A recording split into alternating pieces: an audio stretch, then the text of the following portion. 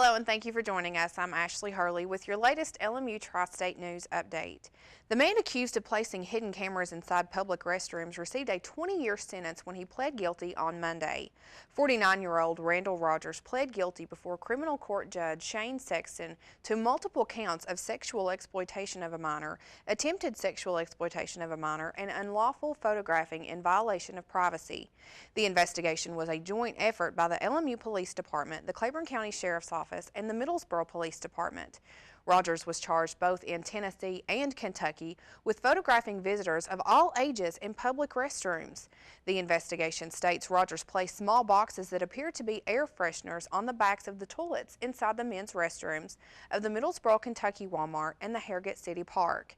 After entering his plea, Rogers was remanded to the Kentucky Department of Corrections to serve his sentence. The man and woman found in possession of dozens of animals have entered guilty pleas. 58-year-old Charlie Gregory of Pineville and 54-year-old Tanisha Combs of Andersonville are charged with 134 counts of cruelty to animals. The couple entered guilty pleas in court Thursday and each received a suspended one-year jail term, and they are barred from owning any animals. Their pleas were made a little over a week after the couple was arrested.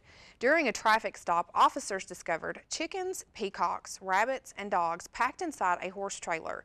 They were allegedly en route to be sold at the flea market. All of the animals were confiscated and taken to the Claiborne Animal Shelter. A former Claiborne County Sheriff's deputy appeared in Claiborne County Criminal Court for his sentencing following a 2011 case. Jason Daniels, along with his attorney Mark Garza, sat in court hearing testimony from both family and friends. Family reiterated that Daniels was a good person and not involved in drugs or alcohol. Daniels' wife of 14 years testified that her husband had always been faithful and respectful. The victim in the case, Melissa Farley, chose not to take the stand.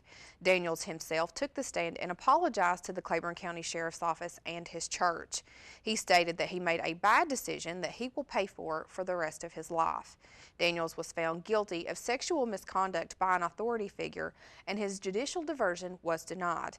He was given a one-year sentence with range 1 defender at 30%. If his payments are paid in full, including court costs, by April 22, 2013, there will be no supervised probation, but he will remain on unsupervised probation for 1 year.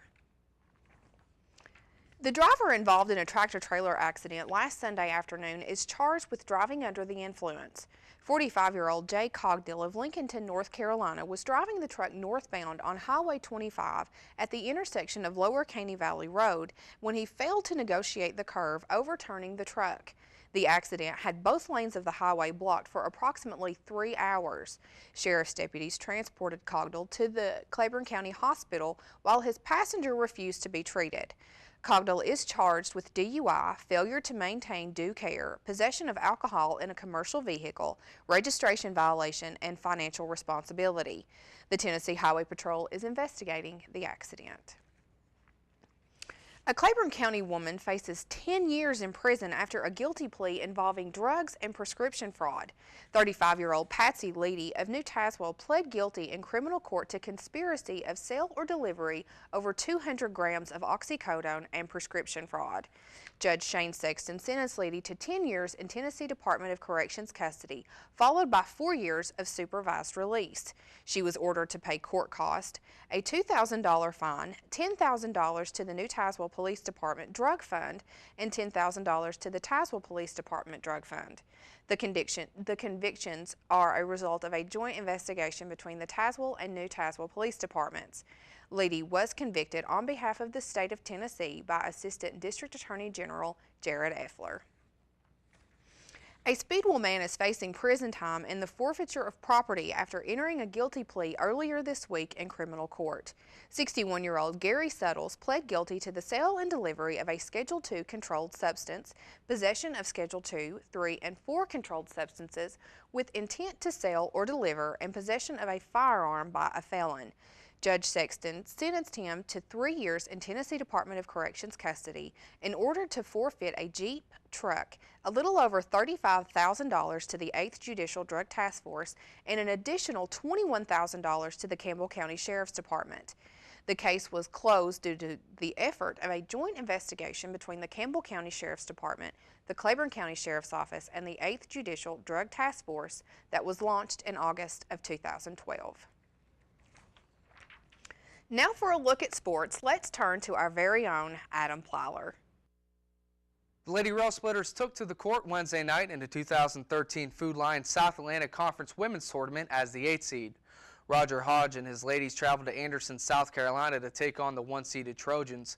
Anderson came out hot from the opening tip and never looked back as the Trojans cruised to a 76-46 victory.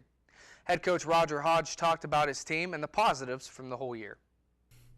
Yeah, I mean, it was very disappointing, but you know, I give a lot of credit to Anderson. They really were ready to play. They came out with a lot of energy, and you know, I thought they played very well. I did not think that we matched their you know, level of intensity and effort. But you know, when you're playing a road game in a conference tournament, you're going to expect your opponent to be at their best, and unfortunately, we were not at our best.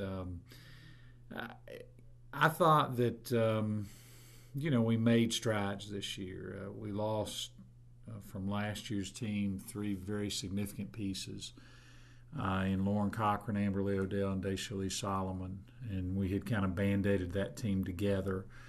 You know, so this year was really what I considered our first building year. You know, from a program that basically had been left for dead, so to speak. And but you know, I thought throughout the year that our kids worked very hard. They made great improvements, and you know, for the most part, by the end of it, for the most part, we were competitive with just about everybody else in the league by the end of the year.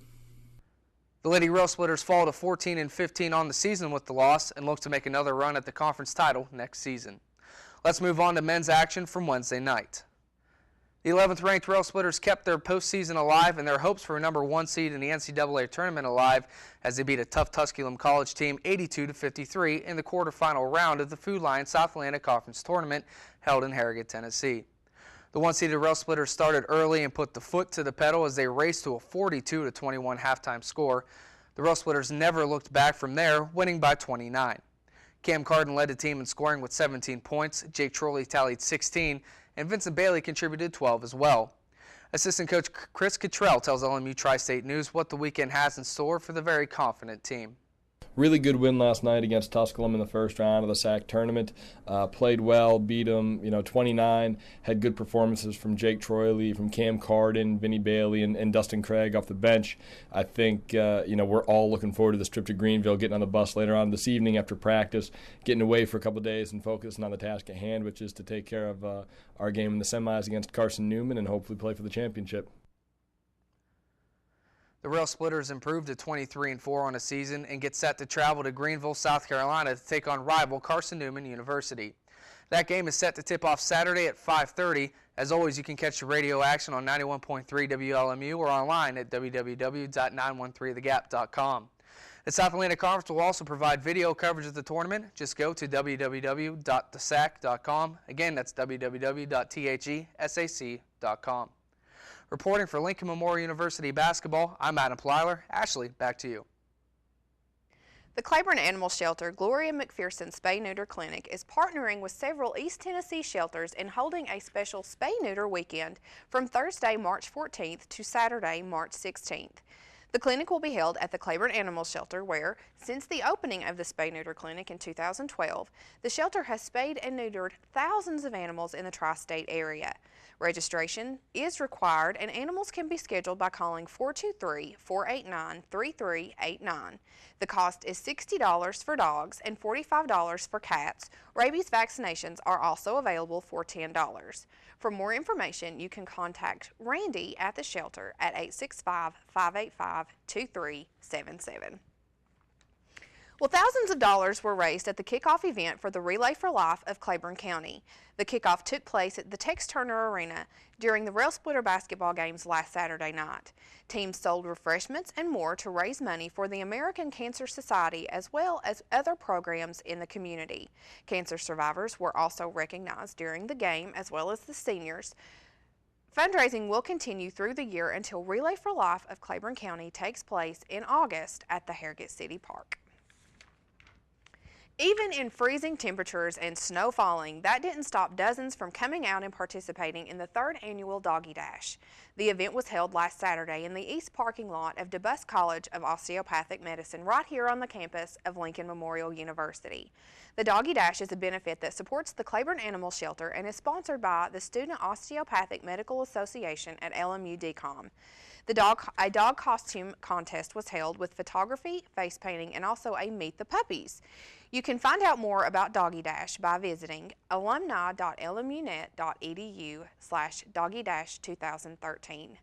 Thank you for joining us for this LMU Tri-State News Update. For everyone behind the scenes, I'm Ashley Hurley.